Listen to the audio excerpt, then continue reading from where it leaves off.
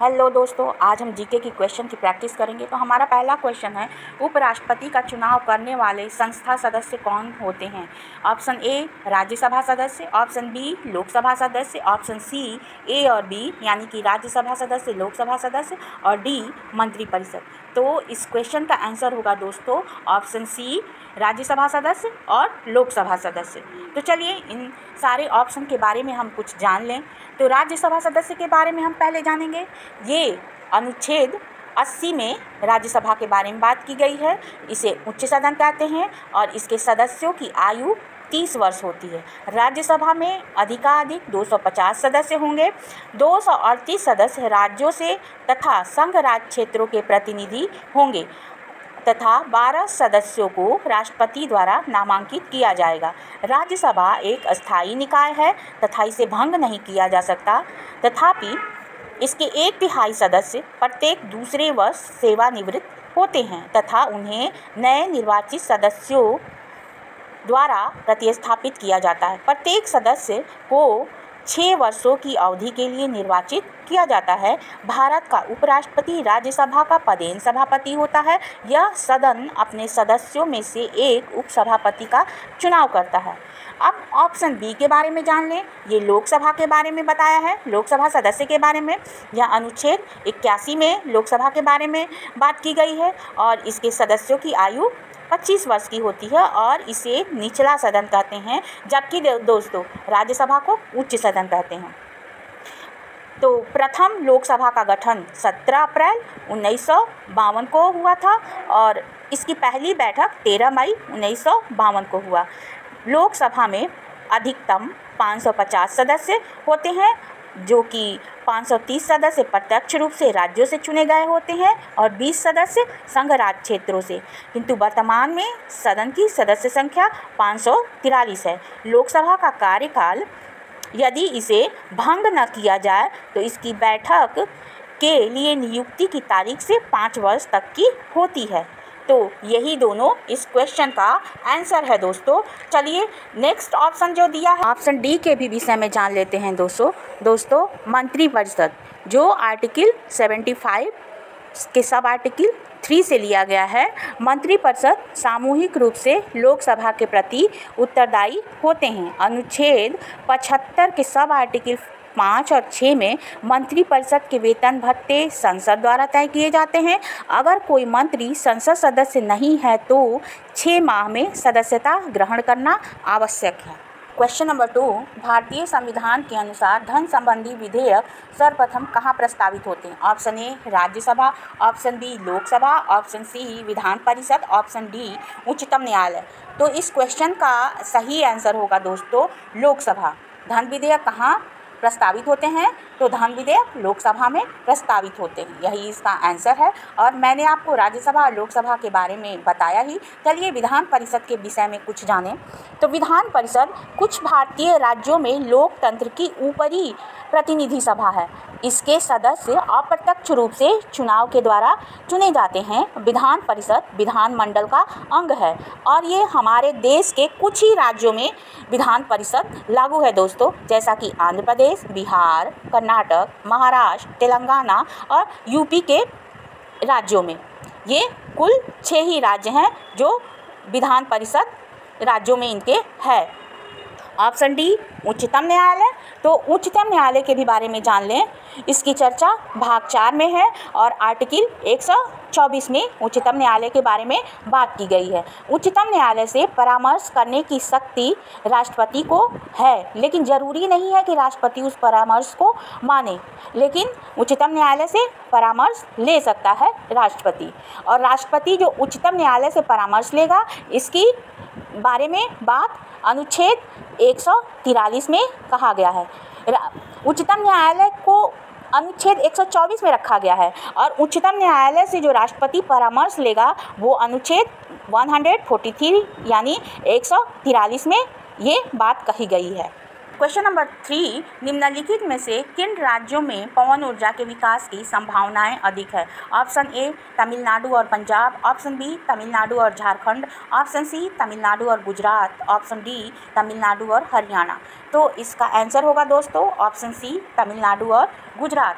तो ये पवन ऊर्जा के विकास की संभावनाएं यहाँ अधिक है, तमिलनाडु और गुजरात में। लेकिन सौर ऊर्जा के विकास की सर्वाधिक क्षमता कहाँ है? तो ये राजस्थान, कर्नाटक, तमिलनाडु और तेलंगाना में। क्वेश्चन नंबर 5, जो पदार्थ धातु और अधातु दोनों का व्यवहार करता है। Option A alloys, B metalloid, C halogen और डी चारकोजेंस। तो इसका आंसर होगा दोस्तों ऑप्शन बी मेटलॉयड्स। तो चलिए इन चारों के विषय में कुछ जान लें। ऑप्शन ए मेटलॉयस ऐसा मेटालिक सब्सटेंस जो 2 या 2 से अधिक तत्वों से बना है, या तो एक यौगिक या एक नॉन मेटालिक। ऑप्शन बी जो मेटलॉयड्स है, इस क्वेश्चन का यही आंसर है। इसके भी विषय में जानें। वे तत्व जिसमें धातु और अधातु दोनों के गुण पाए जाते हैं उन्हें उपधातु कहा जाता है, जैसे boron, silicon, germanium, arsenic, antimony, tellurium, polonium. Option C halogen, इसके भी विषय में जानें। यह एक रासायनिक तत्व है जो धातु के साथ अभिक्रिया करके एक पदार्थ बनाता है जो कि नमक है। यह सर्वाधिक क्रियाशील अधातु है। ऑप्शन डी चारकोजेंस रासायनिक तत्वों का ऐसा समूह पीरियोडिक टेबल में 16वें स्तंभ में पाए जाते हैं। इस समूह को ऑक्सीजन समूह भी कहते हैं। क्वेश्चन नंबर 4, गुप्त राजा जिसमें विक्रमादित्य की उपाधि ग्रहण की। तो ये चारों ऑप्शन जो दिया है दोस्तों, ये गुप्त राजाओं के बारे में दिया है। इसमें से चारों राजा गुप्त काल के राजा हैं। तो चलिए इनके बारे में हम जान लें। Option A Skandagupta, B Kumaragupta, C Samudragupta, D Chandragupta द्वितीय। तो इसका सही आंसर होगा दोस्तों चंद्रगुप्त द्वितीय ने विक्रमादित्य की उपाधि ग्रहण की। तो चलिए इन चारों के बारे में कुछ जानें। ऑप्शन ए में दिया है स्कंदगुप्त। प्राचीन भारत में 3वीं से 5वीं सदी तक शासन करने वाला गुप्त राजवंश के 8वें राजा थे। कौन? स्कंदगुप्त। इनकी राजधानी पाटलिपुत्र थी, जो वर्तमान समय में पटना के रूप में बिहार की राजधानी है। हूणों ने गुप्त साम्राज्य पर धावा बोला, परंतु स्कंदगुप्त ने उसका सफल प्रतिरोध कर उन्हें खदेड़ दिया। कुमारगुप्त सम्राट चंद्रगुप्त द्वितीय की मृत्यु के उपरांत उनका पुत्र कुमारगुप्त राज सिंहासन पर बैठे। उनके शासनकाल में गुप्त साम्राज्य की शक्ति स्थिर रही, किंतु अंतिम वर्षों में पुष्यमित्र शुंग के वंशजों ने गुप्त साम्राज्य पर भीषण आक्रमण कर दिया। Option C Samudragupta. समुद्रगुप्त का कार्यकाल दोस्तों 350 से 380 ईस्वी। गुप्त राजवंश के दूसरे राजा और चंद्रगुप्त प्रथम के उत्तराधिकारी ये थे। कौन? समुद्रगुप्त। इन्हें भारत के नेपोलियन की संज्ञा दी गई थी। इस वंश के पहले शासक चंद्रगुप्त प्रथम थे। उन्होंने अपने प्रभाव को बढ़ाने के लिए शक्तिशाली लिच्छवी राजवंश की राजकुमारी कुमार देवी से शादी की। समुद्रगुप्त इन्हीं के पुत्र थे, कुमार देवी के पुत्र थे। ये एक महान सेनानायक थे। उन्हें संगीत से बेहद अधिक प्रेम था।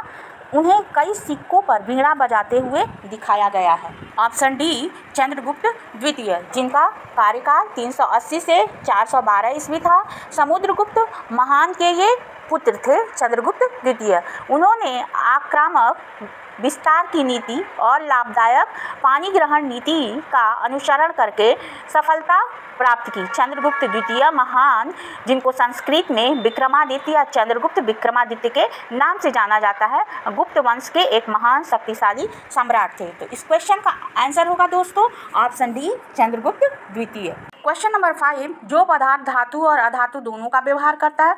Option A alloys, B metalloid, C halogen और डी चारकोजेंस। तो इसका आंसर होगा दोस्तों ऑप्शन बी मेटलॉयड्स। तो चलिए इन चारों के विषय में कुछ जान लें। ऑप्शन ए मेटलॉयस ऐसा मेटालिक सब्सटेंस जो 2 या 2 से अधिक तत्वों से बना है, या तो एक यौगिक या एक नॉन मेटालिक।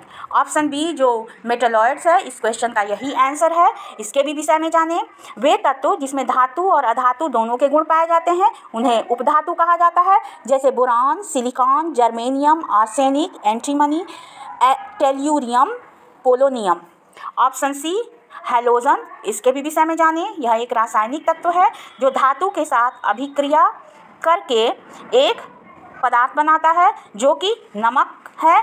यह सर्वाधिक क्रियाशील अधातु है। ऑप्शन डी चारकोजन्स, रासायनिक तत्वों का ऐसा समूह पीरियोडिक टेबल में 16वें स्तंभ में पाए जाते हैं। इस समूह को ऑक्सीजन समूह भी कहते हैं। क्वेश्चन नंबर 6, किस अनुच्छेद का संबंध वित्तीय आपातकाल से है? Option A 352, option B 356, option C 360, option D 180। तो इस क्वेश्चन का आंसर होगा दोस्तों ऑप्शन सी 360। चलिए ऑप्शन ए 352 के विषय में जानें। आर्टिकल 352 में युद्ध, बाह्य आक्रमण या सशस्त्र विद्रोह के कारण संपूर्ण भारत या इसके किसी भी हिस्से की सुरक्षा में खतरा हो तो राष्ट्रपति आपातकाल की घोषणा कर सकता है। मूल संविधान में सशस्त्र विद्रोह की जगह आंतरिक अशांति शब्द का उल्लेख है। 44वें संविधान संशोधन 1978 द्वारा आंतरिक अशांति को हटाकर उसके स्थान पर सशस्त्र विद्रोह शब्द को रखा गया। ऑप्शन बी 356, इसके भी विषय में जानें। इसके अनुसार भारत के राष्ट्रपति को राष्ट्र के किसी भी राज्य में राष्ट्रपति शासन लगाने और राज्य सरकार को निलंबित करने का अधिकार है। ऑप्शन सी 360 जो कि ये इसका सही उत्तर है। राष्ट्रपति को वित्तीय आपातकाल की घोषणा करने का अधिकार है, किंतु अभी तक देश में वित्तीय आपात की स्थिति नहीं आई। ऑप्शन डी 180, जब अध्यक्ष का पद रिक्त हो तो उपाध्यक्ष, या यदि उपाध्यक्ष का पद रिक्त हो तो विधानसभा का ऐसा सदस्य जिसको राज्यपाल इस प्रयोजन के लिए नियुक्त करे इस पद के कर्तव्यों का पालन करेगा। क्वेश्चन नंबर 7, राज्यपाल की नियुक्ति किसके द्वारा होती है? ऑप्शन ए प्रधानमंत्री, बी राष्ट्रपति, सी उच्चतम न्यायालय के न्यायाधीश, डी उच्च न्यायालय के न्यायाधीश। तो इसका आंसर होगा ऑप्शन बी राष्ट्रपति। तो चलिए सारे ऑप्शन के विषय में कुछ हम जान लें। ऑप्शन ए जो प्रधानमंत्री दिया है, संविधान का आर्टिकल 74 प्रधानमंत्री के पद को स्थापित करता है एवं यह निर्दिष्ट करता है कि एक मंत्री परिषद होगा जिसका मुखिया प्रधानमंत्री होगा, जो भारत के राष्ट्रपति को सलाह एवं सहायता प्रदान करेंगे। ऑप्शन बी राष्ट्रपति के भी बारे में बताया है। आर्टिकल 52 में राष्ट्रपति पद का प्रावधान है। यह तीनों सेनाओं का प्रधान होता है, यह नाम मात्र का प्रधान होता है। ऑप्शन सी उच्चतम न्यायालय के न्यायाधीश, वर्तमान में उच्चतम न्यायालय के मुख्य न्यायाधीश धनंजय यशवंत चंद्रचूड़ हैं। भारत के पहले मुख्य न्यायाधीश एच.जे. कानिया थे। अब तक कुल 50 न्यायाधीशों में मुख्य न्यायाधीश के रूप में सेवा कर चुके हैं। आर्टिकल 124 के तहत भारतीय संविधान में कहा गया कि भारत का एक सर्वोच्च न्यायालय होगा जिसमें एक मुख्य न्यायाधीश होगा। आर्टिकल डी के भी बारे में बताया गया। चलिए कुछ जान लें। ऑप्शन डी उच्च न्यायालय के न्यायाधीश, भारतीय संविधान में आर्टिकल 214 में प्रत्येक राज्य के लिए एक उच्च न्यायालय होगा। क्वेश्चन 8, निजता का अधिकार किस आर्टिकल के अंतर्गत मौलिक अधिकार है? ऑप्शन ए अनुच्छेद 21, अनुच्छेद 13, अनुच्छेद 16, अनुच्छेद 32।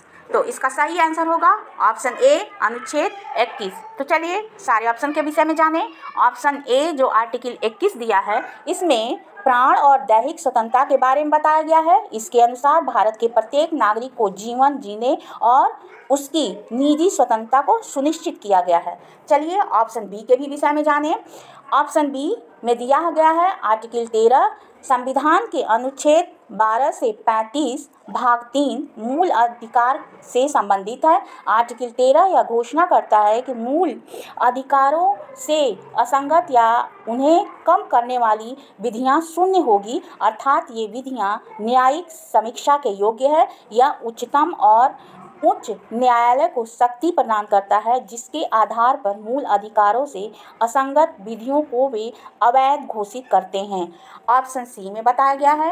अनुच्छेद 16 के बारे में बात कर रहा है ऑप्शन सी। तो अनुच्छेद 16 भारतीय संविधान के अनुच्छेद 16 सभी वर्गों के लोग नियोजन के विषय में अवसर की समानता प्रदान करने का प्रावधान करता है ताकि हर वर्ग के नागरिकों को सरकारी नौकरी में समान अवसर प्राप्त हो सके। आर्टिकल 32 जो ऑप्शन डी में दिया गया है, इसके भी बारे में जान लें। यह स्वयं में कोई अधिकार न होकर अन्य मौलिक अधिकारों का रक्षक है। इसके अंतर्गत किसी भी व्यक्ति के मौलिक अधिकारों का हनन होने पर न्यायालय की शरण ले सकता है वो व्यक्ति। और आर्टिकल 32 के तहत सर्वोच्च न्यायालय और आर्टिकल 226 के तहत उच्च न्यायालय में अपील कर सकता है और इसके अंतर्गत 5 रिट भी जारी किया जाता है। क्वेश्चन 9, विश्व बैंक की स्थापना किस वर्ष हुई? Option A 1944, option B 1960, option C 1956, option D 1987। तो इसका सही आंसर होगा ऑप्शन ए 1944। तो चलिए इसके विषय में जानें। 1944 में ब्रेटन वुड्स सम्मेलन में 2 संस्थाओं की स्थापना हुई। पहला IMF और दूसरा वर्ल्ड बैंक, और दोनों का मुख्यालय वाशिंगटन DC है। अब दोस्तों केवल एक ही क्वेश्चन बचा है, चलिए इसके विषय में भी हम जान लें और समझ लें। क्वेश्चन 10, द्वितीय गोलमेज सम्मेलन किस वर्ष हुआ? Option A 1922, option B 1915, option C 1928, option D 1931। तो ऑप्शन ए 1922 के विषय में जानें। 4 फरवरी 1922 को चौरा चौरी घटना हुई जिसमें किसानों की एक भीड़ ने एक पुलिस स्टेशन में आग लगा दी, जिसमें पुलिसकर्मियों की मौत हो गई और इसमें 22 पुलिसकर्मी की मौत हुई। इस घटना के कारण महात्मा गांधी ने असहयोग आंदोलन जो 1920 से 22 तक चला था उसको बंद कर दिया और 5 फरवरी 1922 को भारतीय इतिहास में ये घटना जानी जाती है और ये चौरा चौरी गोरखपुर जिले में है एक शहर। ऑप्शन सी के भी विषय में जान लें। 1928 इस टाइम पे क्या हुआ था? नेहरू रिपोर्ट अगस्त 1928 में प्रस्तुत की गई थी। पंडित मोतीलाल नेहरू की अध्यक्षता में भारतीय संविधान के मसौदे को तैयार करने के लिए 8 सदस्यों वाली समिति बनाई गई। अब ऑप्शन डी जो कि हमारे क्वेश्चन का आंसर है, इसके भी विषय में कुछ जानें। प्रथम गोलमेज सम्मेलन 1929 से 30 के बीच हुई। द्वितीय गोलमेज सम्मेलन 1931 में और तृतीय गोलमेज सम्मेलन 1932 में हुआ था और महात्मा गांधी केवल दूसरे गोलमेज सम्मेलन में भाग लिए थे, जबकि तीनों गोलमेज सम्मेलन में बाबा भीमराव अंबेडकर ने भाग लिया था। वीडियो पसंद आया तो